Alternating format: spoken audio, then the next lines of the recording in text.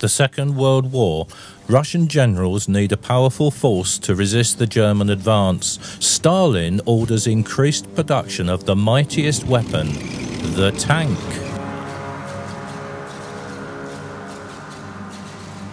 The T-34 tank, first built at the Kharkov plant, was an unpleasant surprise for the Germans. Its speed, big gun and strong sloping armour made it a powerful weapon. 36,000 were built in just 4 years. Surprisingly, some of these victorious tanks have found their way to England, where Russian Hour found them gathered with many other machines of war at the War and Peace show in Kent. I asked one owner about his Russian tank. Neil, you've got a T-34 tank and it's going to Berlin. Why have you got a T-34 tank? Why not, really? Always liked them, fancied one, liked Russian, so got one. And is it going to Berlin? It did at one time, but Really? Probably not today. And where do you keep this tank? I'm lucky I've got a little bit of land quite close to where I live, with some large sheds, so I'm able to hide it there. And do you bring it out often? Quite often, yeah. I like to go to the local shows, occasionally pop down the shops in it. You pop down to the shops in it? Yeah, I've got it road registered now, so it's road legal, and we occasionally take it out for a spin. So you take it to the supermarket? I haven't actually taken this one to the supermarket yet, but I probably will do. Is there space for shopping? I tend to make space. How is it for parking? Quite easy, anywhere you like really. You find that other people tend to get out of your way. Does it attract a lot of interest at Sainsbury's? Yeah, they tend to get a little bit upset when you take it there. They put a height barrier now. Why are you interested in things Russian, Neil? Mainly at the time because tanks are so thirsty and all of the Russians use diesel, which makes it cheaper to run than the British tanks. And that's how I started and just got into it from there. And how many miles to the gallon or gallons to the mile does this tank do? On a good day on the road you can get as much as 2 gallons to the mile, but around here it's probably drinking about 4 gallons to the mile. So if it was full up with diesel, how far would it go? I believe it should do a couple of 100 miles, but that's your lot. That's a pretty big engine. What size is it? It's 29.5 litre V12. 29.5 litres, so yeah. that's a row of buckets basically. Pretty much, yes. And do you service it yourself? I have done, yes. Yeah, it's fairly cramped, fairly awkward, and there's no space to do much. And if you drop anything, the only way to get it is to take the engine out. Good grief. And the last question has to be, how much does this thing weigh? Just under 32 tonnes when it's fully loaded. 32 tonnes, so you couldn't keep it on your drive, really? Probably not, unless you've got a big drive. Yeah. Neil, thank you very much. Not a problem. The War and Peace show has over 200,000 visitors over its 3 days. They come to marvel at the many stalls, where you can buy anything from a pair of boots to a tank. Or the 15,000 reenactors who lived the life of a soldier during the show. Or at the 4,000 military vehicles that are not just on display, but driving around. It's the biggest military show in the world.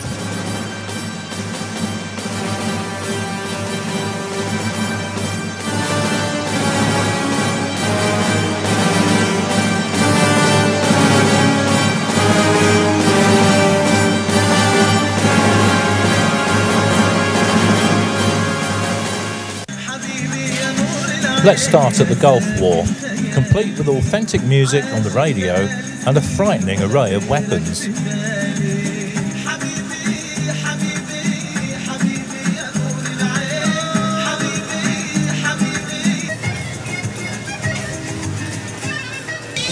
As if travelling in a time machine, we find ourselves in the Vietnam War, with huge trucks full of guns, screaming rock music,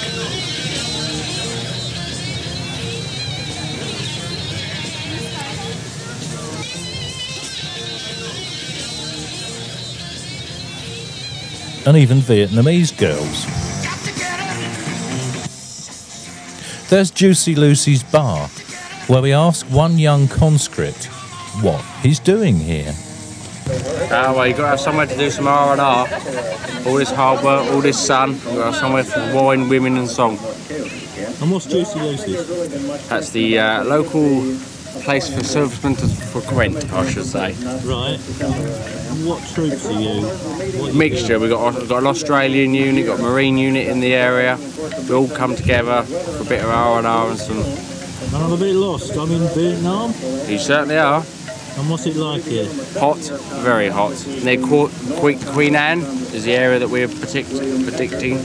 Yeah. Got to say, got a mixture of units all held up in this holding area at the moment. We've got gun trucks in, we've got Australian, we've got Marines in here, normal infantry, transportation. And what's the food like? Bad, very bad. Hence, Juicy Lucy's. Juicy Lucy's. Yeah. The beer's a bit better though. Beer's good, women are good. Excellent. Where you find soldiers, you find girls, singing and entertainment.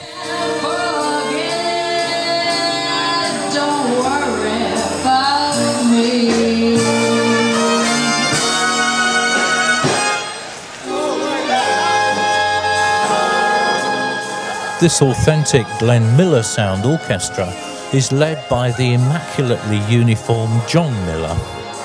He's Glenn's grandson.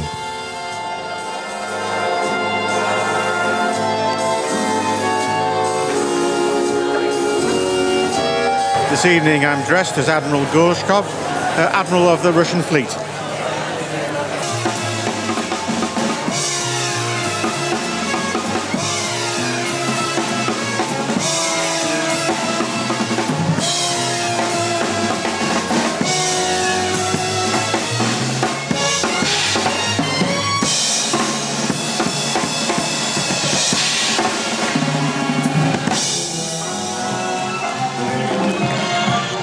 The evening Grand Charity Ball was an opportunity for the fans of 1940s dance styles, swing and jive, to show off their talent and 1940s costumes.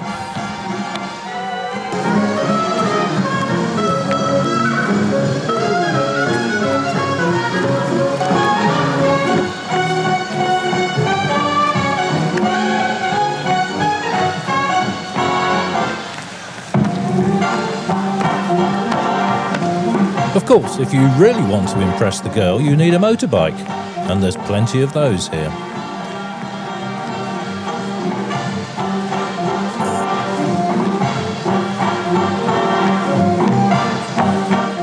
I even found Russian motorcycles.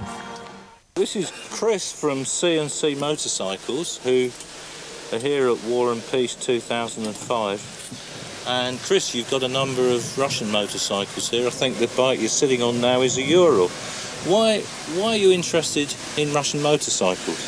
I think the Russian motorbikes have a bit of an association with the old British bikes. They're fairly sort of rudimentary, they're simple, a little bit crude, possibly a little bit agricultural, but they're simple to work on and they're easy to maintain.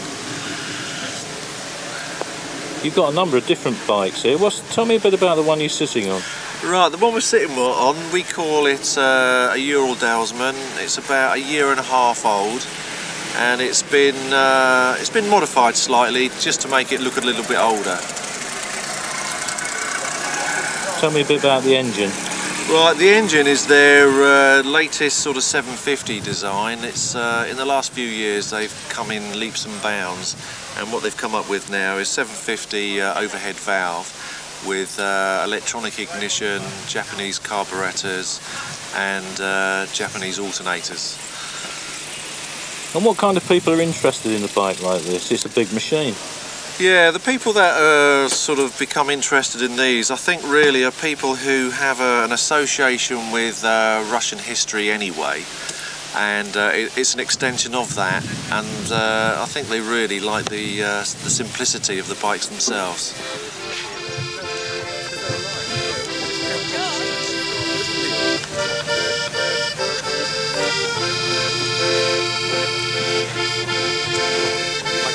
I wonder how many gallons of borscht were made in this Polish field kitchen.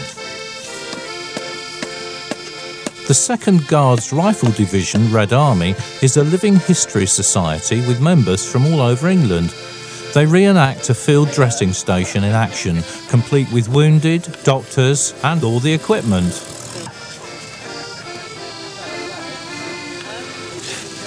You're not Russian. What are you doing here dressed as a Russian? Well, I didn't want to be the Waffen-SS. I didn't want to be the US Airborne. And I think it's important that people remember what a sacrifice Russia made in World War II. 30 million people dead. So I'm doing my own I'm commemorating in my own little way what the Russians did. And they've got better uniforms and better kit as well. What's your PPSH? Yeah, that's right. It's a Russian submachine gun. 71 round magazine. Weighs about the same as a tram. But it's a good weapon. It's a good weapon, yes. I wouldn't want to march any distance with it, but it's a good weapon. And you're living the life here today? Certainly are. What are you doing? Well, we've got a forward clearing station here, casualty station. That's the doctor over in the white apron and all his doctor's assistants with him. And we've got a small patrol of the 2nd Guards. That's myself and my comrades here, who are just watching the doctor go through his paces and hopefully not getting anywhere near him. Yeah. Got the injury. Soviet Russian. So, sir, can you tell me how you're getting on today? Davitio Tovarish. We get on very well. We've got wounded troops that are being catered for at the first aid station. They will be patched up and we will move on. They will be left behind with some helpers until the next battalion comes along. They will take them to the rear, repaired and brought back to the front again. And how about supplies? Are your supplies okay? Yes, we're a Guards unit and Guards unit were given good supplies. And the reason we were a Guards unit, because we had proved ourselves in battle. We had destroyed the fascist enemy and we had captured many positions and many prisoners. For that we were given the Guards badge, better rations, better foods, better leave, better vehicles, better tanks, everything. Now we can destroy the fascists. You're doing a brilliant job. We are doing a good job. We are going to win. We have already beaten the Germans at Stalingrad, at Kursk. We are going to win. Just a matter of time. Berlin, here we come. Thank you, comrade. Pobeda. Do svidaniya, товарищ.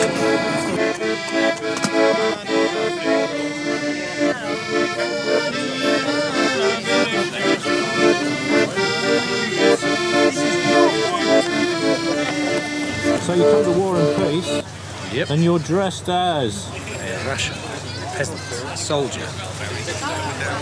And do you have a weapon? I have my Mosin Nagant. That's an impressive, that's a rifle, yeah? That's it. It's the only weapon I've got. I think it's the only one you need. That's an accurate rifle. Yep. How fast does it fire?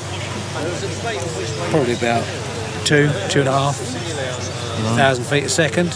5 rounds. Done by clip in there. Closed up. And what's the range of that weapon? Anything up to 1,000. Did you come all the way on this bike? Yes. Where from? Whitstable. Whitstable in Kent? That's right. And what was your ride like? Was it okay? It's fine. Lovely sunny day. Very comfortable. Yeah. Packed up to the gunnels and she carries it, no problem. Pull a truck, she will. And it's a Ural, yeah? A Ural, yeah. Yeah. Made by IMZ factory in Russia. Yeah.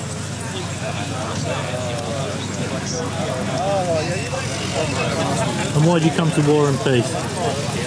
Because I enjoy the sights and sounds, and because it's to commemorate the wars that we've all fought in and a lot of men have died in. Why particularly Russian? Why are you coming as a Russian? Because I think they're underrepresented. I think because of the bad name they got as in the Cold War, people forget what they did for the Allies in the war. And I think it's good to commemorate that they did. A lot of men died, more Russians died than British died. Which bike have you brought along to the War and Peace, Clive? This is not your old one, is it? No, this is my later one. The first one I was using last year was the Second World War one, 1942. This one is in current production and is used by the Russian Armed Forces. I've actually got the missile system for this, with a complete anti-tank missile system. Probably next year you will see the anti-tank missile system, if they haven't locked me up before then. But no, as I say, it's a later bike. It's very good on performance. It has fairly low gear ratios, but it will go up a mountain. In its two-wheel drive mode, it will go anywhere. And you know, contrary to a lot of beliefs, it will retreat as fast as it goes forward in reverse. Purely a strategic thing. It's not to do a retreat, it's to fire a missile, then get out the way of the incoming missiles. But it's a damn good bit of kit.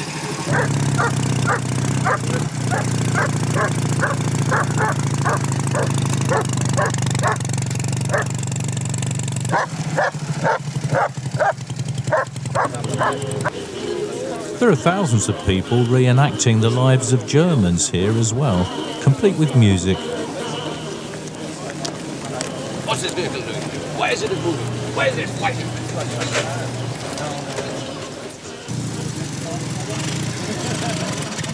Matthew, you folks have built a really impressive display here at War and Peace 2005. Why do you do this? Why do you spend all this energy and time and presumably money? Well, a lot of it's just to honor all the soldiers from both sides that fought and died during World War II. And specifically this area here is represented to be part of a segment of the Siegfried Line towards the end of the war in early 45. Uh-huh. And is this real concrete? No, actually it's similar to would be used in a movie prop, where it's built from plywood and then covered with plaster and then mixed with different paints to age it and to build the shell holes and things like that in it, and just adding the rebar and stuff like that. And that looks like a real mean barrel sticking out of there. That's actually a British 5.5-inch gun. That's a big gun. Yes, it is. And we had to put it in by hand.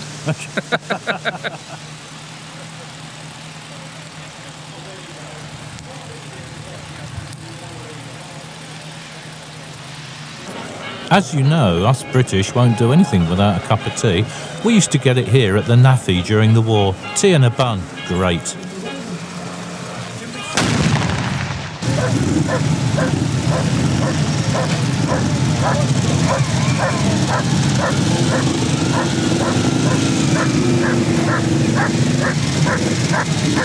There's plenty of good humour here as well. I met Lenin and Hitler. So would you say this is the dawn of a new age? Yeah, I think it is. Yes. I think we should shake on it. So, Philip. Dancing Queen!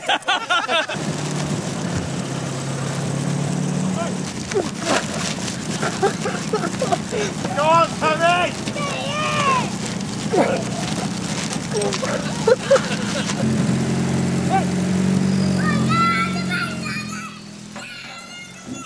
Did Bin Laden really have a shot British carrier bag? I was really taken with these Russian Gaz Jeeps, and I really wanted to drive one, as you'll see in a minute.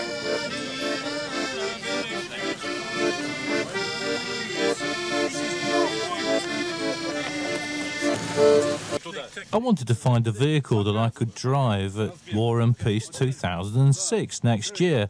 Was it going to be this Gaz? 92 килограмма. Шутка, да.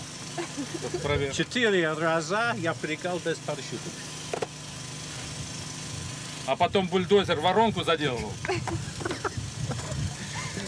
Пробуй. 1, 2, 3. О, черт! Нет. Нет, давай. Давай. No, сюда. Что сюда? Снимай. Тань, тяни с той стороны. Марк, попробуй хоть с той стороны сесть. Fixed. Не, ну... Не газ. Я плачу. Плачу или плачу? Я плачу, потому что я плачу. Плачу. А плачу это деньги. Я знаю. Плачу, я не понимаю. Нет, если бы ты заплатил, я бы тебя посадил. За 1,5 часа справились. До свидания, газ. Танков.